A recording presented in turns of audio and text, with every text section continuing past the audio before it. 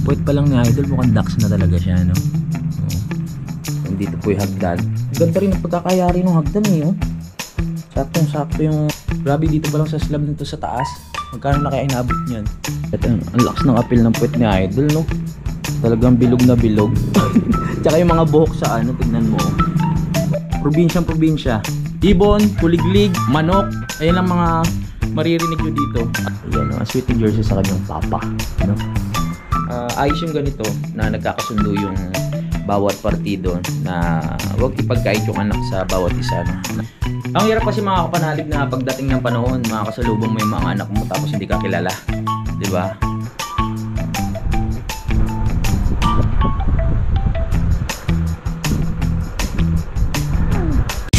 Simulan nang magkulitan kasama si Louie TV.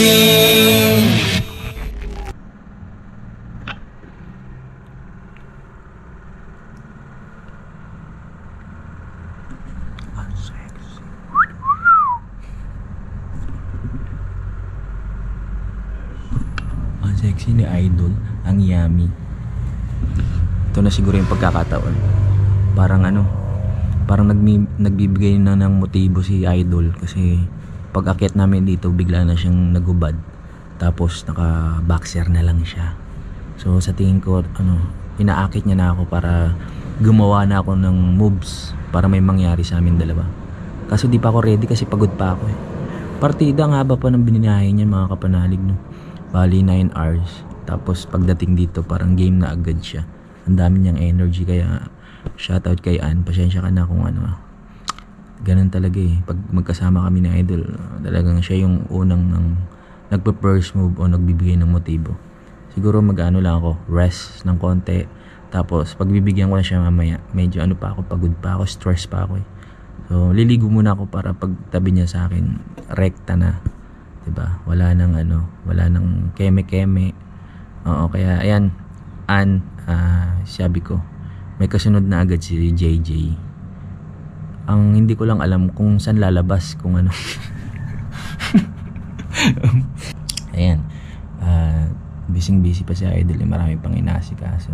So ako mag-i-edit rin naman ako ngayon mga kapanalig. Edit muna dahil ayun yung biyahe nga namin dito. Pasensya na kayo kasi medyo madilim ang aking kuha dahil wala nga akong tawag dito ilaw. So gagawin natin ng paraan mamaya para ma-charge yun, para baka sakali pag uwi namin magamit, di ba? Naririnig nyo naman yung boses ko, di ba? Nung nasa biyahe, kaya okay na yun, pagpasyensyahan nyo na. Babawi na lang ako. So ngayon, hindi ko pa alam ang plano kasi nga first time ko dito. At mababait naman yung tao, no? At ang sasarap ng pagkain dito mga kapanalig, lalo na yung inihanda sa amin kanina na napanood nyo po doon sa vlog ko kanina, no?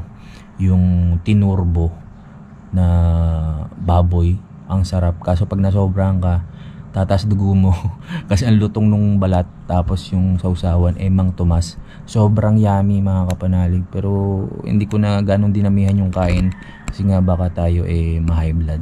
Ayan. So nandito lang ako nakadapa, baka sakaling pagdating niya, no, hubaran niya.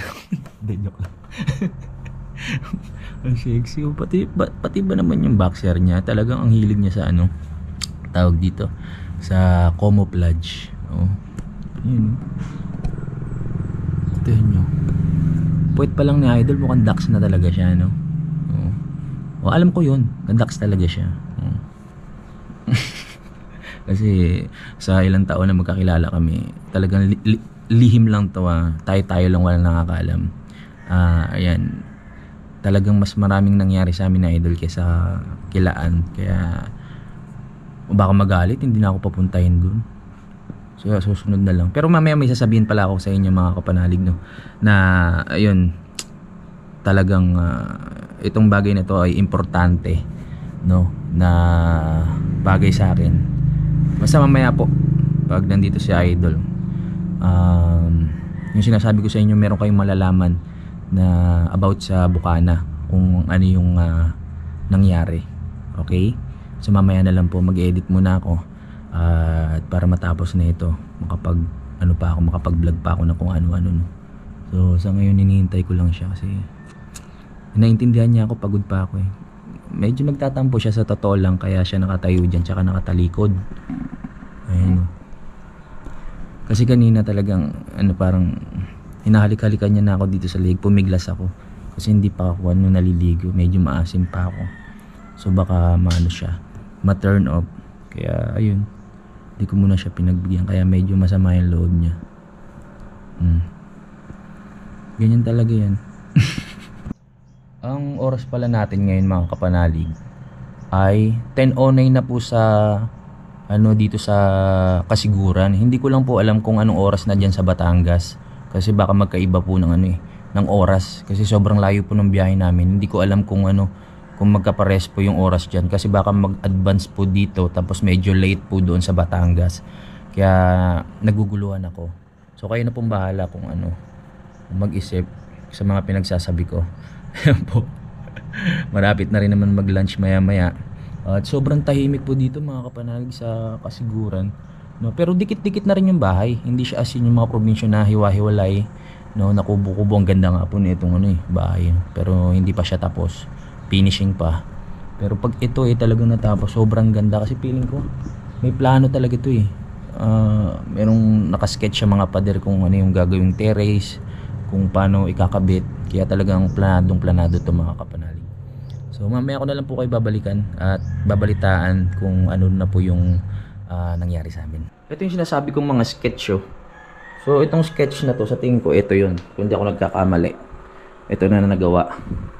No? Ay, nakalagay poste. Ayun, di ba? Yan po. Ang ganda nito. Hindi ko alam kung kwarto rin tong part na to, pero sa tingin ko kwarto. Tapos itong pinaka malaki na to, glass door, yung parehas ng plano ko dun sa bahay. Tapos may mga abang na rin to na mga pangkuryente. Tapos may pasukan dito. Yung dito po yung hagdan. Ang ganda rin ang pagkakayari ng hagdan eh. Saktong-sakto yung steps niya. Tapos pantay. Pati yung hawakan. So hindi na sila gumamit ng kahoy o bakal para sa hawakan o tubular. Nirekta na nilang kahoy. Magaling gumawa nito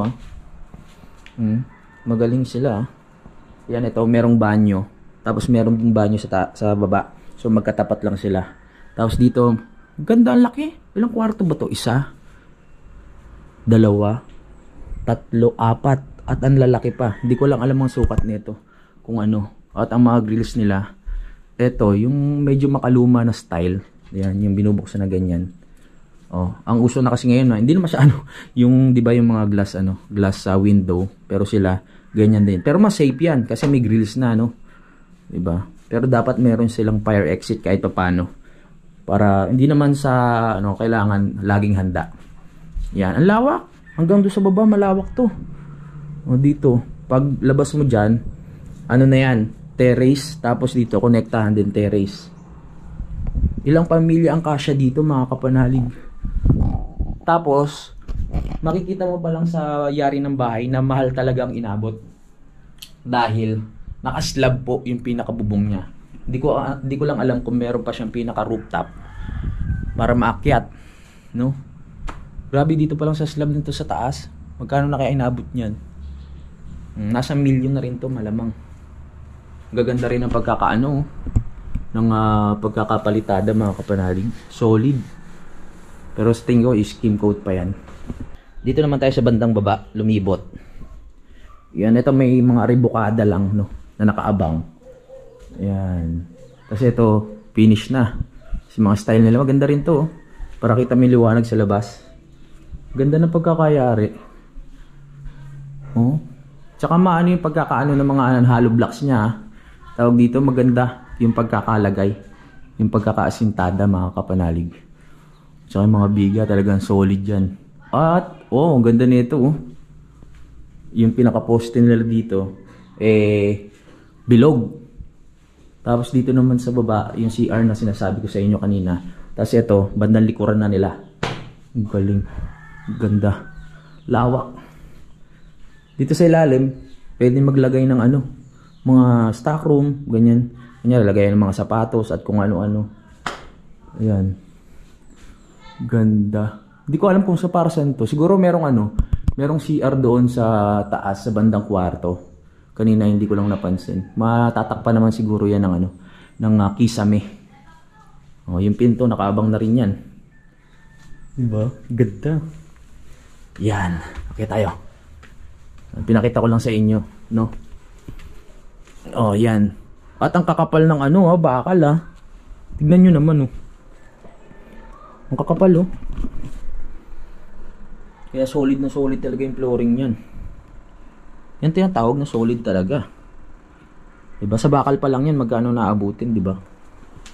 Lalo tuloy akong na ginaganahan o na-inspire na para ituloy yung bahay at ma-finishing na. Netong taon na to mga kapanalig, no? Bali, ayun na nga, yung kinikwento ko sa inyo kanina, pag akyat na namin, nagubad na siya agad ng short. Yan, tapos yung damit niya, hinubad niya na agad. Talagang nagbigay na siya ng motibo. Habang inaano niya nga, tinatanggal niya yung yung pinaka belt. Ang lagkit ng tingin niya sa akin Kaso lang binabaliwala ko syempre baka baka kung anong gawin sa akin bigla, hindi pa ako ready, di ba? Ito pang isang the best dito sa part ng bahay na to. Ayan, yung pinaka terrace. Oh, kasi dagat na pala yun, Ang laki ng bangka. Oh, tapos ito bundok yung harap, kaya tahimik talaga. Tapos grabe naman. Ayan ang sinasabi ko sa inyo. Ang tambok ng puwet, hindi ko alam kung Ang lakas ng appeal ng puwet ni Idol, no? Talagang bilog na bilog. Tsaka yung mga buhok sa tignan mo. Oh. Huwag na natin pakita yung kuko, yun yung pinakaswerte. Parang butiki. Huwag na natin pakita yun. Ayun ang sekreto ni Idol kung bakit siya namamayagpag ngayon. Yung kuko na yun. Pag pinaayos niya yun, baka maiba Ano pa ba dito meron?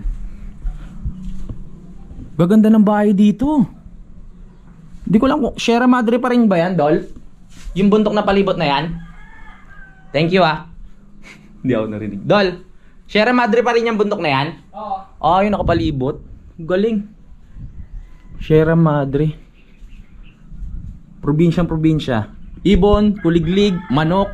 Ayan lang mga maririnig nyo dito. At mga ibon na nagliliparan. Ayan. Diba? Sarap manirahan sa ganito. Peaceful place. So habang naglilibot ako dito mga kapanalig, ina-analyze ko kung ano bang plano dito sa bahay na to. At ayun nga, dahil open pa to, linagyan lang nila ng pangsamantalang bubong. Sa tingin ko, magkakaroon pa nga to ng third floor. O kaya pinaka rooftop. Kasi butas pa siya Pwede pa siya maglagay ng hagdan. Pag ganun. So dahil hindi pa naman lalagyan siguro ng matagal, linagyan mo na ng harang para safe. Yun na sa tingin ko ito pala. Ito pala yung nakita kong kaya pala may mga tubo dun sa ilalim. CR nga to. Tao po. Baka may sumagot dito. Kaya pala may mga nakaabang na tubo. Now I know. Siguro kasya dito mga kapanalig ano ko lang siguro mga 5 pamilya o 6 na pamilya. Bawat isang pamilya may 3 anak. Kasya dito. Pwede pang gumulong-gulong. Pakaluwag. Ayan, dito si Jersey. Ang magbanding na mag-ama ngayon. Ayan, ang sweet ni Jersey sa kanyang papa. Mabait na bata to. Tsaka narinig ko kanina sa usapan nila sa sasakyan. Huwag natin parinig kay Jersey, baka lumaki ulo ng bata. Pero magalang siya. Nangungupo, ganyan, mabait. Yan, marunong siyang gumalang sa magulang. Kaya nakakatuwa. Diba? Parang mga anak ko din. Kahit na hindi sa akin lumaki, talagang magalang sila. Maganda yung pagpapalaki ng mga magulang nila. Kaya nakakatuwa. Sa sitwasyon na ganito mga kapanalig, so alam nyo naman na halos pares kami ni Idol Japper Sniper ng kalagayan na may kanya-kanya kaming anak, no? At ayun, ayos yung ganito na nagkakasundo yung bawat partido na wag ipagkait yung anak sa bawat isa, no? Na kailangan makilala din ng tatay o nanay yung anak, diba? Para hindi naman kawawa yung mga bata, no? Para syempre hanggang sa paglaki meron silang kinikilalang ama, ayun, para nasuportahan din. Napaka-importante niyan, ang suporta ng isang ama. Kaya alam ko si Idol Japper Sniper talagang pinipilit niya talaga. Halos lahat ginagawa niya ng paraan para talagang makabawi sa mga anak niya, mga kapanalig, no. Alam ko yan, kilala ko yan si Idol Jumper Sniper. Gagawin niya lahat para makabawi siya, kaya napakasipag niya, no, na mag-vlog, lalo na netong bare months. Talagang nakompleto niya, napagsama-sama niya yung yung mga anak niya, no, at nag-enjoy naman nandun nung Christmas at saka New Year. At yun, laking saludo din yun nga sa mga nanay nung anak ni Idol Jumper Sniper, na hinayaan niya siyang makita at magsama-sama sila, no. Nakakatuwa yun na nagkakakilala yung magkakapatid kahit na magkakaiba yung ina nila. At syempre kay Ann, ayokong purihin niya si Ann baka syempre joke lang. Kay Ann, yan, galing din. Saludo rin ako sa kanya kasi tanggap ni Ann kung anong meron si Idol, di ba? Para magkakasundo-sundo, hindi magkaaway, magkabati, magmamahalan. Diba? Mas masarap ang buhay, 'di ba, pag ganun. Walang problema, nagkakaintindihan lahat, walang bangayan. Naibibigay lahat ng pangangailangan ng mga bata at nagkakaroon sila ng bonding, no? Para malaman din nila na meron silang kapatid na kailangan din nilang intindihin pag laki nila. Pagdating ng panahon, sila na rin na magbabanding, sila na rin na magse-set para magkita sila, 'di ba? Ganun. Nakakatuwa lang isipin. Nakaka-relate ako kasi nasabi ko naman po yun, dalawa rin yung aking anak na lalaki, magkaiba nga po yung nanay. Pero pag kinukuha ko po yung anak ko, wala naman pong nasasabing masama yung dalawang ina ng aking anak. So, okay lang sa kanila yung kahit sunduin ko, 'di ba? Ipasyal ko, walang problema. Kaya napakaswerte din talaga. Nabanggit ko naman napakaswerte ko rin din sa mga nanay nung aking dalawang anak, no. Napalaking mabuti, magalang, 'di ba? At matutong marunong makontento yung dalawang kong anak. Ayun, masarap kasing bumawi sa mga pagkukulang mo, mga kapanalig, no, mga ilang taon, 'di ba, na hindi mo sila nakasama. Masarap bumawi. Nagagawa mo yung mga dating hindi mo nagagawa, 'di ba? Lalo na ngayon, syempre alam naman natin na pares kami ni Idol Jumper Sniper na sinuwerte nga po dito sa larangan ng YouTube. Kaya hindi na namin sinayang yung pagkakataon na habang kami kumikita, inaalala namin yung mga anak namin. Ang hirap kasi, mga kapanalig, na pagdating ng panahon, makakasalubong mo yung mga anak mo tapos hindi ka kilala, 'di ba? Tapos pag time na gusto mong kilalanin kanila, wala na talagang amor sa iyo o wala na silang gana kasi syempre iba na kasi yung mas masarap na makilala kanila hangga't bata pa, para talagang makabawi ka. Pero kung lumaki na yan, talagang sa mga edad na parang naging independent na sila, na kaya na nila yung sarili nilang itayo, na parang hindi ka na nila kailangan. So doon na mahirap, yung bigla kang papasok sa buhay nila na parang gusto mong magpakilala na ikaw yung tatay o ikaw yung nanay sa sitwasyon, di ba? Mahirap ng ganun. Siyempre isipin nila ang mga panahon na kailangan ka nila, wala ka, di ba? Yung mga kailangan nila ng gamit, pang-aral, pangkain at kung ano-ano pa, wala ka, di ba? Ayun yung mahirap talaga yung kaya na nila yung sarili nila, di ba? Iisipin nila, parang para saan pa, di ba? Para saan pa, bakit ka nagpakilala, bakit ka pumunta dito? Di naman sa kasi paano ko ba sasabihin yung salitang yung iba kasi nagpapakilala na bilang magulang kasi wala na ring mapuntahan, di ba? Pag nakikita na nilang, basta ang hirap magsalita may mga ganung pangyayari. May mga magulang na nang iwan sa anak, tapos binabaliwala lang, pero pag nakita na nila yung anak nila na umaangat, tsaka sila magpapakilala, tsaka sila yung mga ganung bagay. Ang sweet niya, wow, kakatuwang tingnan, ang sweet. Kahit ako magpapaanak ako kay Idol Jumper Sniper kasi sinisustentuhan niya, di ba? Kahit hindi niya sustentuhan, okay lang, kaya ko naman kung mabuhay o pag-aralin, basta makuha ko lang yung lahi ni Idol Jumper Sniper, mga kapanalig. Gusto ko magkaanak kami ng lalaki, tapos gusto ko mamana yung tawa niya, di ba? Ito, dagdag ko lang, mga kapanalig, wala muna tayo ulit sa biruan, ayun, meron kasi sa sitwasyon na, ayan, katulad nung napanood ko sa Tulpo, ito na naman sa babae naman to. iniiwan nila yung anak nila sa mga lola, kamag-anak, as in walang paramdam ng mga ilang taon, ilang buwan. Tapos ayun, babalikan nila after mga 5 years, 10 years. Tapos itong mga nag-alaga, syempre napamahal na, 'di ba? Ginastosan na yung bata, napalapit na sa kanila. Pag may sakit, ayun ang nag-aalaga, ayun ang nagpapaaral. Tapos itong tunay na magulang, wala naman talagang ginawa, kundi talagang nagpakasaya lang, mas inintindi niya yung sarili niya, na talagang mas inuna niya yung sarili niya, 'di ba? Kahit may sakit nga yung anak, hindi niya man lang mapuntahan. Tapos dadating yung panahon na biglang may iisip mo na kunin na lang, kunyari mga 10 years, 'di ba? Ganyan sabi ko nga, 'di ba, napakasakit sa sa mga nag-alaga, tapos bigla mo na lang kukunin. Parang nag-iwan ka lang ng laruan, no, na walang pakiramdam, tapos pinabayaan mo lang, tapos babalikan mo lang para kunin. Tapos pag nagka-problema, ibabalik mo na naman dun sa pamilya. Yun yung napanood ko sa tulpo, kaya hindi ko rin naman, wala naman ako sa sitwasyon no, para husgahan ko yung babae na sa panood yun, no. Pero kawawa naman yung lola na iniwanan nung anak. Tapos kawawa rin yung anak, kasi magbaback to zero na naman yan Syempre nasanay na yan na kasama yung lola niya o lolo niya kung saan iniwan, tapos bigla kang magpapakilala. Diba? Maguguluhan yung utak ng bata, imbis na dire-diretso, di ba? Para sa akin, mas okay na lang siguro yung magpakilala ka bilang magulang, tapos suportahan mo, di ba? Tapos paglaki niyan, pupuntahan ka pa rin naman yan di ba? Magaganor lang din yan, dadalaw sa iyo, di ba? Kaysa may masaktan pa, di ba? Kumbaga, intindihan na lang kung ginawa nila yung part nila, iniwan mo yung anak mo, inalagaan nila, napakalaking pasalamat mo na yun. Kaya syempre, ganoon na lang ang isipin. Huwag mo basta-basta kunin yung anak o mo. Paglaki niyan, hanapin ka niyan, dadalawan ka pa rin yan, di ba?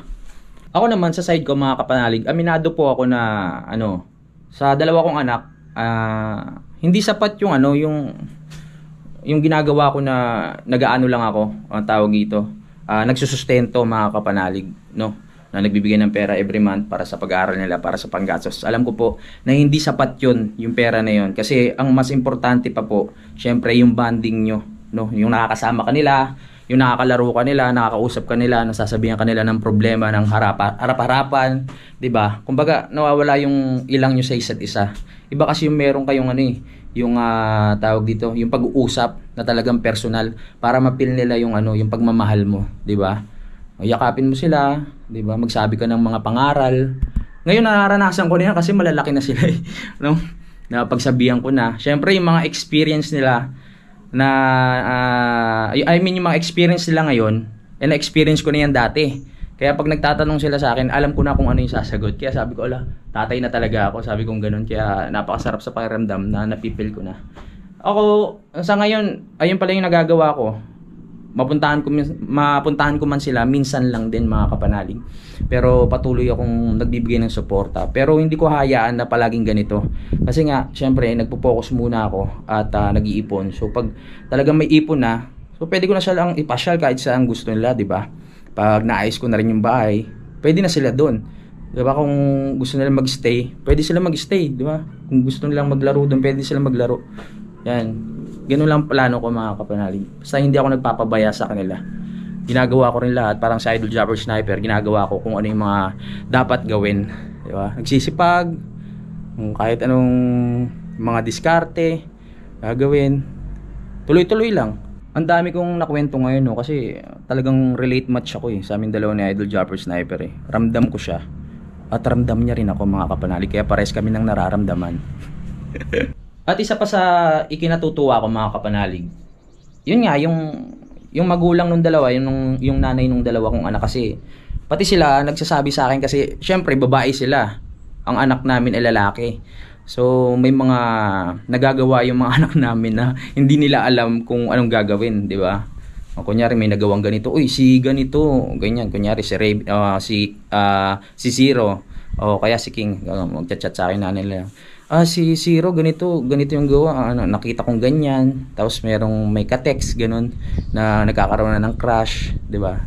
Tapos kung ano-ano pa. Natutuwa ako kasi hindi silang nagdadalawang isip na i-chat ako o magtanong sa akin kung ano yung dapat gawin. Kasi lalaki nga ako, di ba? Tulad na sabi ko kanina, na experience ko na yan. So, ayun.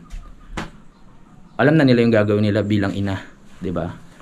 Siyempre kailangan ko rin na magbigay ng payo bilang tatay. Siyempre alam ko namang nagawa nila halos lahat yung parte nila bilang nanay ng mga anak ko. Ito mga kapanaliga, susulitin ko lang tong topic natin na. Gusto ko lang din na, ayan, sa mga nanonood sa akin, lalo na sa mga bata at sa mga nag-start pa lang na maging independent, and sa mga start na nanliligaw, ganyan. Ayan.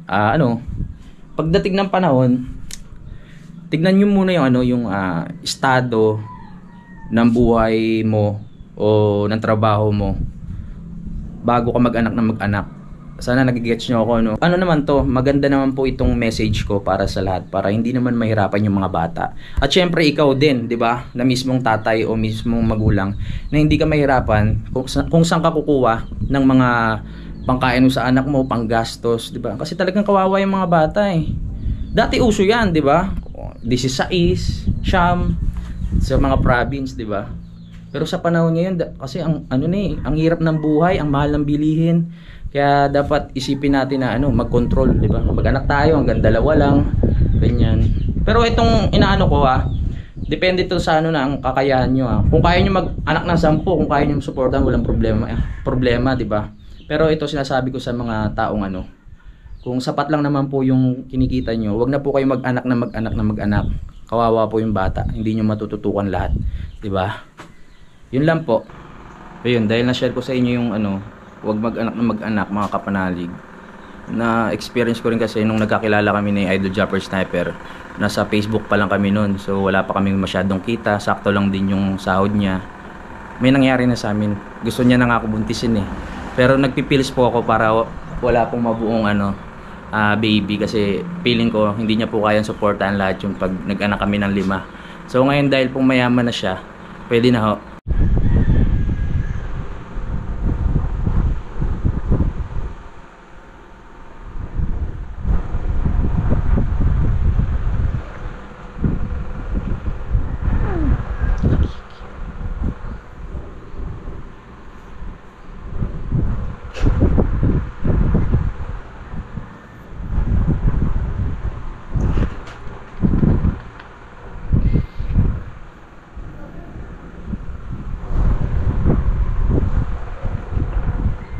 Dol, gusto mo ako magmasahe sa'yo?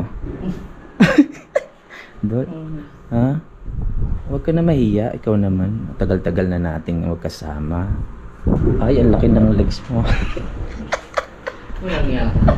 Sabi ni Idol, mga nalilito na doon sa kasarihan ko Baka sinasabi vlog lang, pero totoo na pala. Nagpapahinga muna si Idol, pagod to. Nagpapahinga lang natin si Idol. Walang pahinga talagang dire-diretso yung biyahe niya. Ako rin napagod Pagod ako kakatulog dun sa gilid Sakit ng leeg ko, nakaganon ako. Paggising ko, malapit-lapit na kami. Dito mga kapanalig, medyo mahina ang signal, no? Mahina yung smart tsaka globe. Pero dito sa sa terrace, meron naman kahit konti na pumapasok.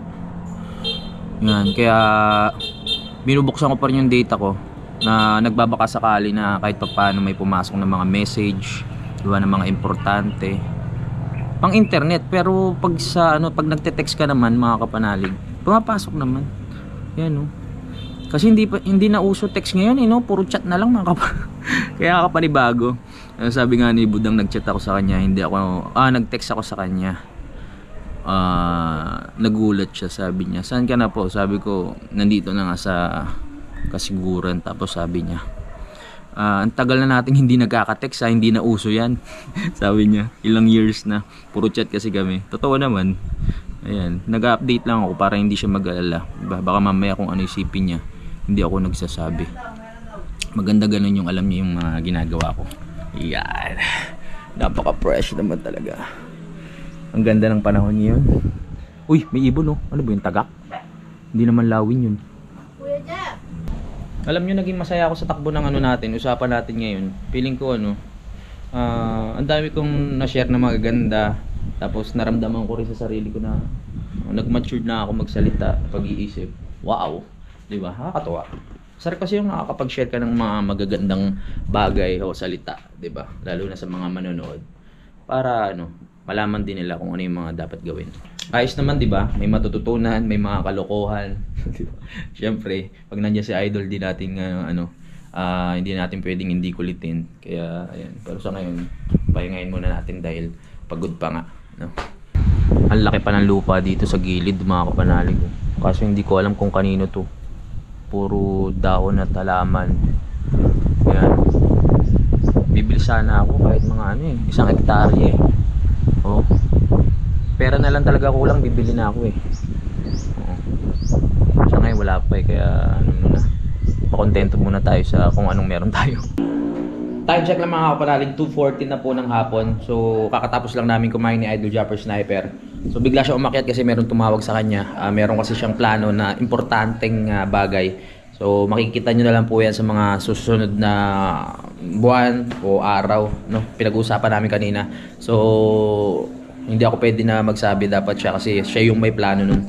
At ayan, maraming salamat sa naghanda sa pagkain namin dito. Napakasarap po. Para siyang lengua na sarap. Grabe sila magluto dito. Yung may sauce na white. Tapos itong apritada na napakasarap. The best talaga mga kapanalig. First time dito pero talagang sulit na sulit sa pagkain pa lang at ganda ng kasiguran. Tinanong ko si Idol kung anong oras kami uwi. Gabi ba ulit o araw? Kasi pag umaga makikita namin yung ganda ng view habang pauwi. Kaso nga lang ang traffic. Abutin kami ng siyam-siyam. So bahala na. Pero malamang yun na naman, gabi na naman yung biyahe namin para yun nga, smooth lang yung aming andar, walang traffic, at makarating ako agad sa Kampanalig at siya sa Nasugbu. So magpapababa muna ako doon. At syempre mag-aasikaso pa ako ng mga kailangan asikasuhin doon, no? Tapos pag kailangan, punta muna ako ng Bukana para mag-collab kami. Basta hintayin nyo yung malaking plano ni Idol Japper Sniper yung sinasabi ko sa inyo kanina mga kapanalig. Dahil daldalan lang tayo ng daldalan dito mga kapanalig, magpapaalam muna ako. So ayun, hintayin nyo na lang po yung aking next vlog. At ayan, nagpaplano kami na pumunta ng bayan kasi ngayon para makapag-upload ng vlog. So hindi ko alam kung gaano katagal yung pag-upload doon. Kaya ayan, susubukan ko. Kasama ko si Idol Japper Sniper syempre. Hindi ko naman kabisado to, no? So ayun, maraming salamat po mga kapanalig dahil nakarating kayo dito sa dulo ng aking video. At maraming salamat sa suporta. At sana na-enjoy nyo yung simpleng vlog na to. At sana marami rin kayo natutunan sa mga pinagsasabi ko mga kapanalig, no? At ayun, I love you all mga kapanalig. Lagi kayo mag-iingat. Simulan ng magkulitan kasama si Louie TV.